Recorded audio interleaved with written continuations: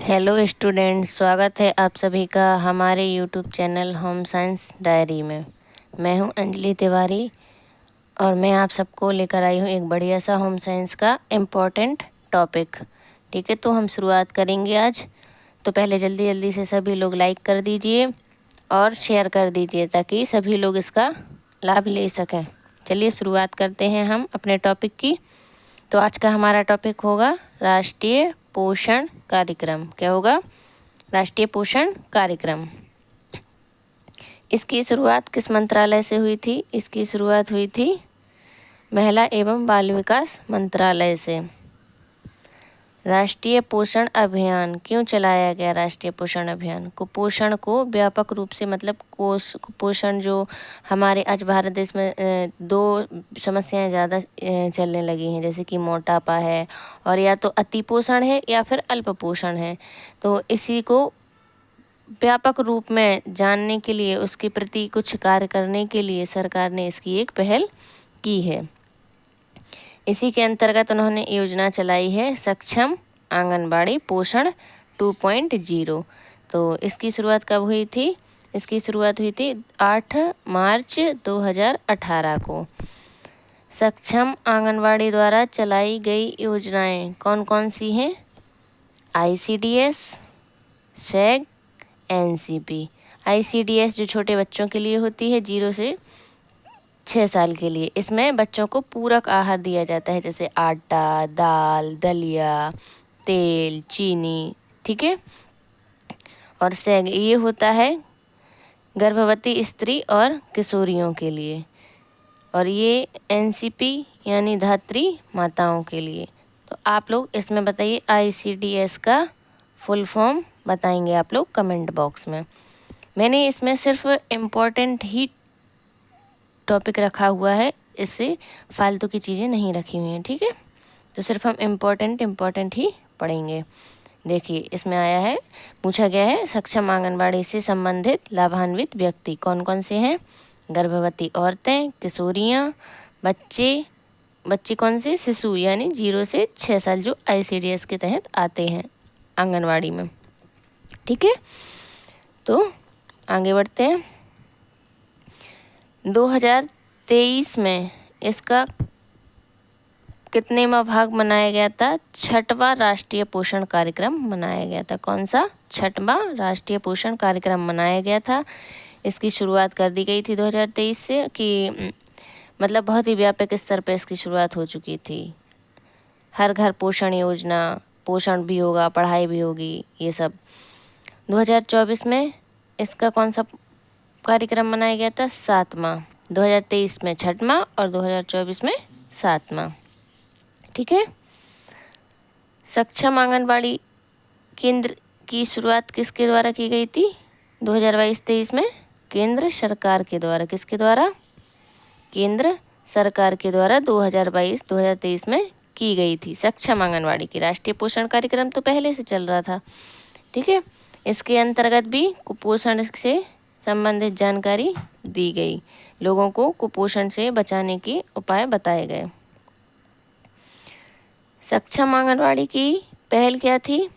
कि अच्छे से पोषण हो और पढ़ाई भी हो, यानी कि उसका लोगो जो स्लोगन बनाया गया था, स्कूलों में जाकर के सबको बताया गया था क्या?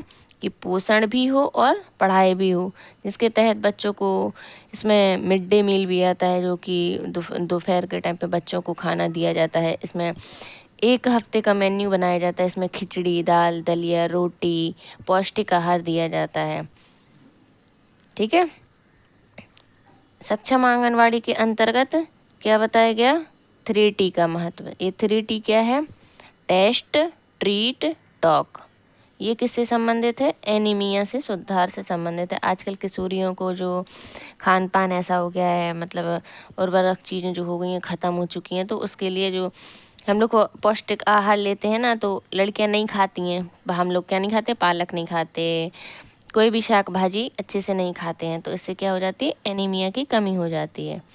अच्छा, आप लोग एक सवाल बताइए, एनीमिया की कमी किसके कारण होती है? एनीमिया की कमी किसके कारण होती है? तो किसके कारण होती है? लौह तत्व के कारण, आयरन की कमी से होती है ना। चलिए आगे देखते हैं। सक्षम आंगनवाड़ी के अंतर्गत खाद्यान्न में किसको महत्व दिया गया? मोटे अनाज को महत्व दिया गया। कौन कौन से मोटे अनाज को?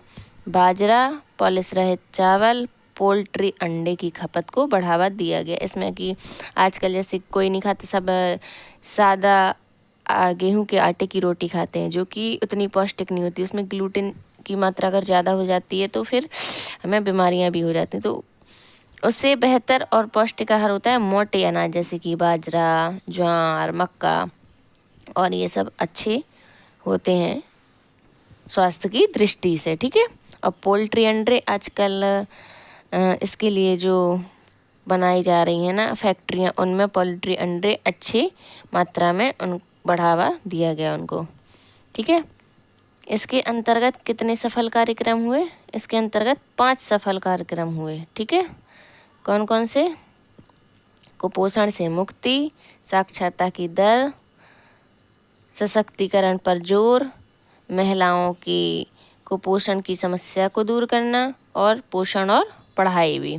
ठीक है। पोषण के साथ साथ पढ़ाई।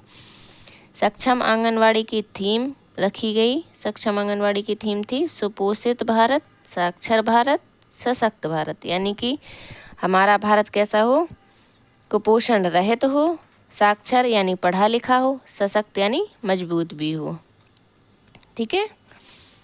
और यह किससे जुड़ा कार्यक्रम था? यह राज्य केंद्र शासित प्रदेश से संबंधित मंत्रालय से जुड़ा हुआ कार्यक्रम है।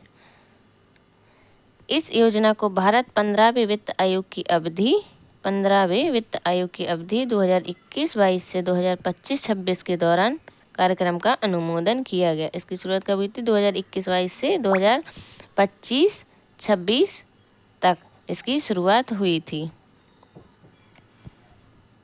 ठीक है।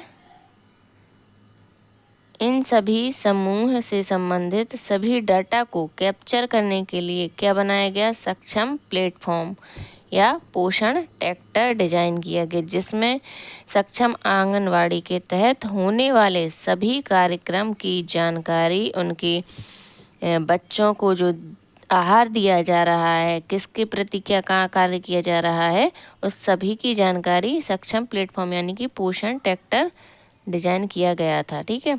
इसके अंतर्गत 2 प्रकार के पोषक तत्व आते हैं। कौन कौन से? माइक्रो यानी कि मिनरल्स और विटामिन, मैक्रो यानी कि कार्बोज और ऊर्जा। माइक्रो मतलब सूक्ष्म पोषक तत्व। ठीक है। और मैक्रो मतलब जो ज़्यादा मात्रा में लिए जाते हैं। संतुलित आहार में पाई जाने वाली ऊर्जा में कितने प्रतिशत कार्बोहाइड्रेट था? 50%। ऊर्जा 30% कार्बोहाइड्रेट और 15 से 20% किसकी? प्रोटीन की मांग रखी गई थी। अगर संतुलित आहार में हम इतना सब लेते हैं तो हमें कुपोषण से बचने का अच्छा मौका मिलता है।